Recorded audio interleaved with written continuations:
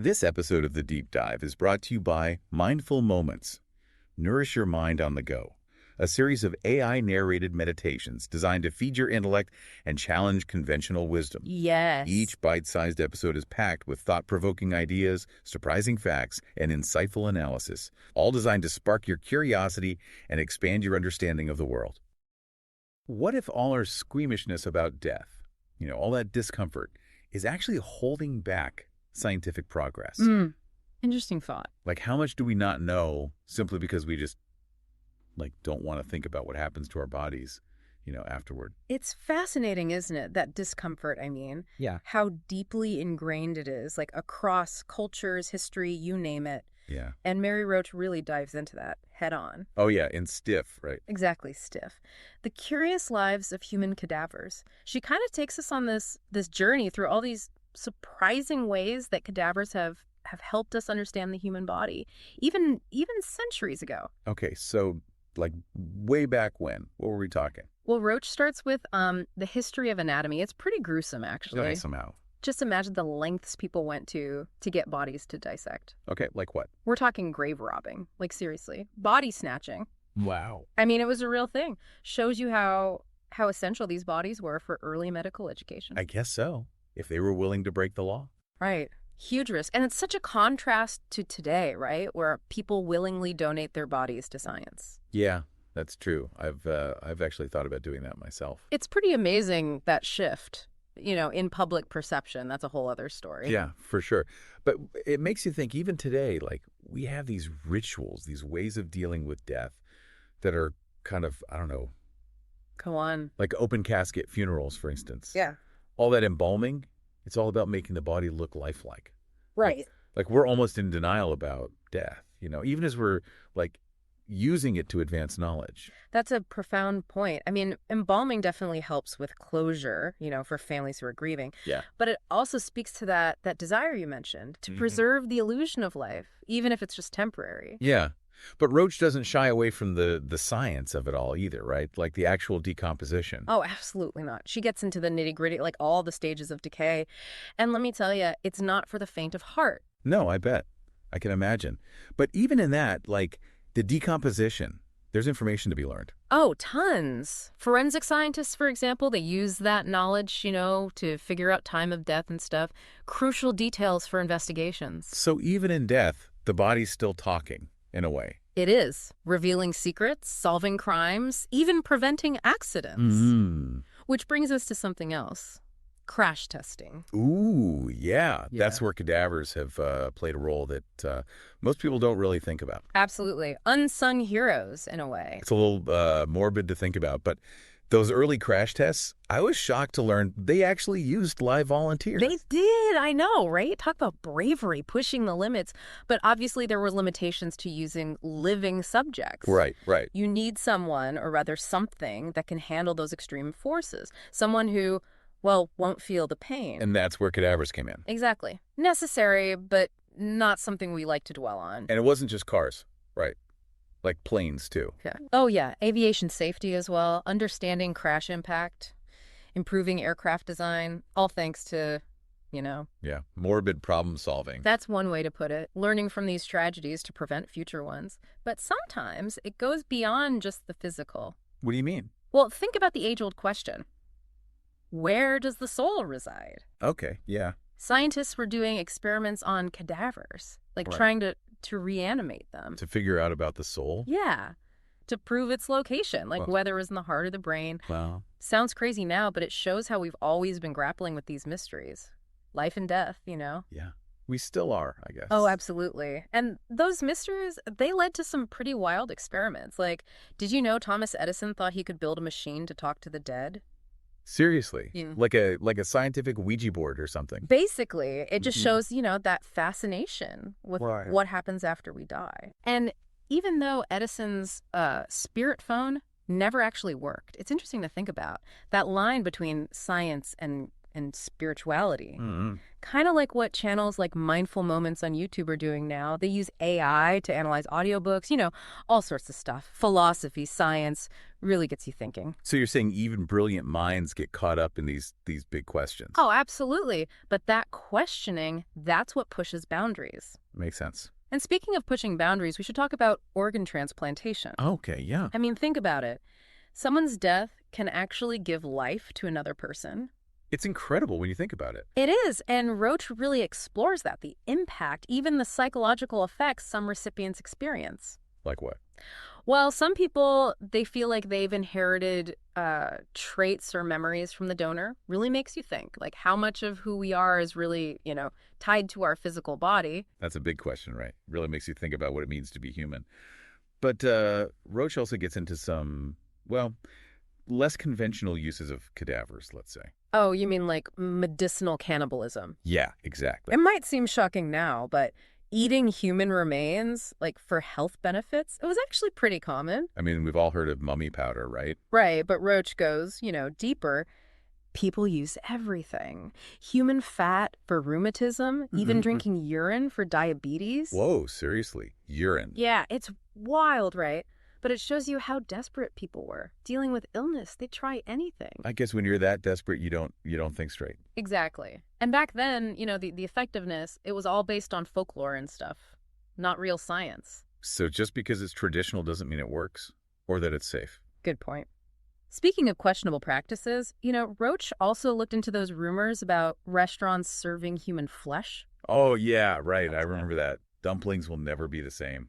It's a disturbing thought, but thankfully, it seems like mostly rumors. So no Soylent Green situation then? Not quite. Remember that restaurant in China? The Buttock Boys. Turned out to be a bunch of hype, sensationalized reporting. Right. Good reminder to be skeptical. But it also shows that we're kind of fascinated by the taboo. Oh, definitely. But moving on from cannibalistic restaurants, let's talk about, the more practical stuff, like what happens to our bodies after we die. Okay. Roach talks about cremation, for example. It's getting more and more popular. I can see why. Environmentally friendly, simpler. Right. And she takes it a step further, talking about human composting. Human composting, like what is that? Basically turning the body into soil, to help new life grow. Beautiful and a little unsettling, right? Yeah, it kind of makes you think differently about burial and all that. Definitely challenges our traditional notions. Roach talks to people on both sides, proponents and opponents, gets into the ethics, the practical stuff. It's not a simple issue. Like, Yeah. Is it respectful? What about the environment? Does it affect how people grieve? A lot of questions. So many questions, especially as these new technologies, come up. And then things get even more interesting. She starts talking about plastinating bodies, like in that Body Worlds exhibit. Oh, right. Body Worlds. I've seen pictures. Kind of freaky, but also cool. So plastinating, what's that exactly? It's where they replace all the fluids and fats with plastics. So the body, it's preserved, looks lifelike. Huh. Like a really realistic anatomy model. Kind of. It's this blend of art and science. But it also raises questions about, consent, using bodies for profit. Right. It's a lot to think about. It is. And Roach even talks about her own feelings about death, what she wants to happen to her body. Really? Yeah. It's like she's inviting us into that decision-making process. Huh.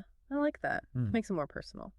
So does she donate her body to science or what? Well, I won't spoil it. You'll have to read the book. But her struggle, it's kind of like a reflection of these bigger questions, right? These are big questions for everybody, not just for scientists or whoever. Exactly. And she doesn't shy away from that. Makes the book more relatable, I think. Normalizes these conversations. Makes sense. So it's not just about the science, right? Yeah. There's a human side to all this. Oh, for sure. And that's what makes Roach such a good writer. She mixes humor and science and personal stories, makes it engaging even though the topic is, death. That's a hard balance to strike. It is. She does it well, though, and she always highlights the human stories. Like, there's this one about a guy named Stephen Pollard. Had this botched surgery in front of a live audience back in the 19th century. Ouch. Right. It's hard to believe that even happened. Shows how much surgery has changed. And the ethics of medical education. Yeah, we've come a long way. Hopefully. But even back then, Roach points out, there was still this sense of reverence for the dead, even during dissections. That's good, I guess. Like Yeah. recognizing the humanity, even when you're, cutting someone open. It's crucial, no matter how we use cadavers. Research, education, art. Respect is key. And part of that respect is like informed consent. Absolutely. Roach talks about those challenges, especially when a study is, maybe too disturbing to explain everything. Yeah, I can see that being a tough call. Right. Researchers want to be honest, but they don't want to upset families. And then there's technology, makes it even more complicated. Like how? Well, she talks about the military, for example, using cadavers to test bullets and explosives. Oh, wow. Yeah, that's got to be controversial. It is. Consent becomes even more important in those cases. Yeah. It's tricky, right? I mean, they justify it for national security and all that, but Yeah. yeah, it definitely raises some ethical red flags. Yeah, for sure. It's not just, the physical stuff either. Like, what about the researchers, the families? That's got to take a toll. Absolutely. Heavy stuff. But Roach, she presents it all thoughtfully. And she also points out, the advancements that have come from this research, like protective gear, medical treatments. So even in those situations, there's some good that comes out of it. That's what she highlights. Some hope, some progress. And sometimes that progress, it comes from, well, pushing the boundaries. Okay, like how far is too far, you mean? Exactly. Like this guy, Dr. Robert White, he was a neurosurgeon, experimented with head transplants in monkeys. Whoa, hold on. Head transplants. Like, seriously? Yeah, groundbreaking stuff, but super controversial, obviously. Transplanting a head, it's basically transferring consciousness to another body. That's insane. It sounds like a sci-fi movie. Right. Huge ethical and philosophical questions. No kidding. But Roach, she doesn't, shied away from it. Roach, she lays it all out there, lets the reader decide what they think. That's good. I like that. So what, this Dr. White, he was just, messing around with monkeys? Or was there, a bigger goal? Oh, it goes way beyond medicine. His work makes us think about, identity, the mind-body connection. What does it mean to be human, It's pretty mind-blowing. Where do we draw the line Mm-hmm. between, scientific curiosity and doing the right thing? Exactly. And those questions, they're only going to get bigger as technology keeps advancing. Roach's book, it's a great starting point for those conversations. Yeah, it seems like even in death, there's still so much we don't know. And those mysteries, they often lead to, well, unexpected places. Okay. Roach talks about airplane crash investigations. Oh, right. Using cadavers to, figure out what happened. Exactly. Pushing the limits of what we know about human survival. It's kind of morbid, but I get it. If it helps make things safer, Right. And those investigations, sometimes they reveal stuff about human behavior, in those crisis situations. Did you know passengers, they tend to crowd around emergency exits? Even if it's not the best way out. Yeah. It's like our instincts take over, herd mentality. Huh. Interesting. So even when we're in danger, we don't always think straight. It's that mix of rational thought and primal instincts. Humans are complex. Yeah, that's for sure. Makes you think. But Roach, she doesn't, exploit that, right? It doesn't feel, disrespectful or anything. No, definitely not. She approaches it all with curiosity, with respect, Mm-hmm. recognizes the dignity of the people involved. That's good. That's important. So it's not just about the science. It's about the human element, Right. the emotions, the ethics. Exactly. It's a reminder that death, yeah, it's inevitable, but it's also, personal, complex. Not just one thing. There are different ways to think about it. And those different ways, they're influenced by, culture, science, Yeah. even our own choices. And those choices, that's something Roach really makes you think about. What do you want to happen to your body? It's not exactly a fun conversation, but it's important. It is. Burial, cremation, even that composting thing we talked about. They're all, practical decisions, but also philosophical ones. And as technology changes, I bet we're going to have even more options. Imagine donating your body to be plastinated, becoming a museum exhibit. Or launching your ashes into space. Who knows? But it's not just about the options. We have to think about the ethics, too.